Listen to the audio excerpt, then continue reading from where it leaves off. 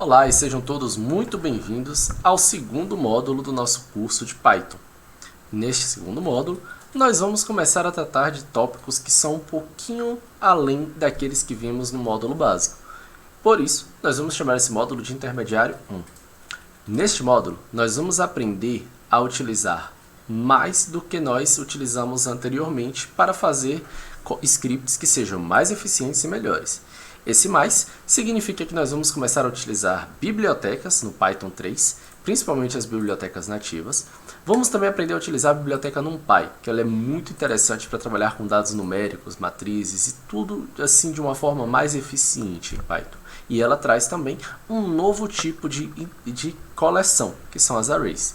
Vamos trabalhar com Pandas, que é uma excelente biblioteca para trabalhar com análise de dados, manipulação, transformação e extrair o máximo valor que tem de dados, principalmente aqueles tabelados. E por fim, vamos aprender um pouquinho mais sobre o Matplotlib, que é uma das bibliotecas de visualização mais utilizadas no mundo. O primeiro passo que nós vamos trabalhar aqui é como importar bibliotecas em Python. O Python ele trabalha com diversas bibliotecas, que nada mais são do que conjuntos de códigos que te ajudam a desenvolver mais rapidamente. Quando você utiliza uma biblioteca em Python, você já está trazendo para o seu script todas as funcionalidades que estão implementadas naquela biblioteca, de maneira que você consegue desenvolver seu script com muito menos código. Vamos lá, alguns exemplos de biblioteca. O primeiro passo para você utilizar uma biblioteca que não seja nativa de Python é para você instalar essa biblioteca. Para você instalar essa biblioteca, quando a gente falou da instalação do Anaconda, ele vem já com duas formas de instalar. Quando você vai pelo navegador do Anaconda, você pode ir na aba Environments ou Ambientes e você pode digitar na barra de busca o nome da sua biblioteca.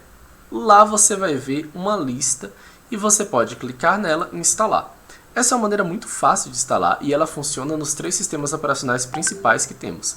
Tanto Python, tanto Linux, Windows ou Mac.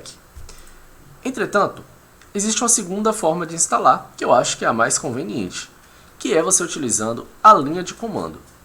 Quando você utiliza a linha de comando, você vai ter que ir pelo Anaconda Prompt, e lá você vai digitar o seu comando para instalar. Cada biblioteca tem um comando próprio para instalar. Aqui vamos mostrar, por exemplo, o exemplo da NumPy, que você vindo aqui no site do NumPy, clicando aqui no Install, você vai ver aqui. Se você quiser utilizar o Conda, né, que é o padrão do Anaconda, você vai utilizar Conda install NumPy. Simples assim. E dá um Enter e aí ele vai instalar essa biblioteca. Caso você queira usar o pip, que é a biblioteca padrão do Python, que não seja com o Anaconda, você vai utilizar pip install NumPy. Bem simples. Todas as páginas das principais bibliotecas elas têm isso. Aqui no Scikit-learn, em cima temos a forma de instalação. Aqui nós podemos instalar, eles colocam no Windows, no Mac, e você tem o comando seja com pip, seja com conda. Então, você vai instalar ele da mesma maneira. Conda, install, Scikit-learn. Certo? E assim por diante. Quando você faz essa instalação, uma vez que a biblioteca já está no seu sistema, você agora pode simplesmente importá-la chamando, vamos utilizar o NumPy como exemplo, import e o nome da biblioteca, certo? Vamos resetar o nosso kernel aqui para garantir que nada esteja importado dessa maneira.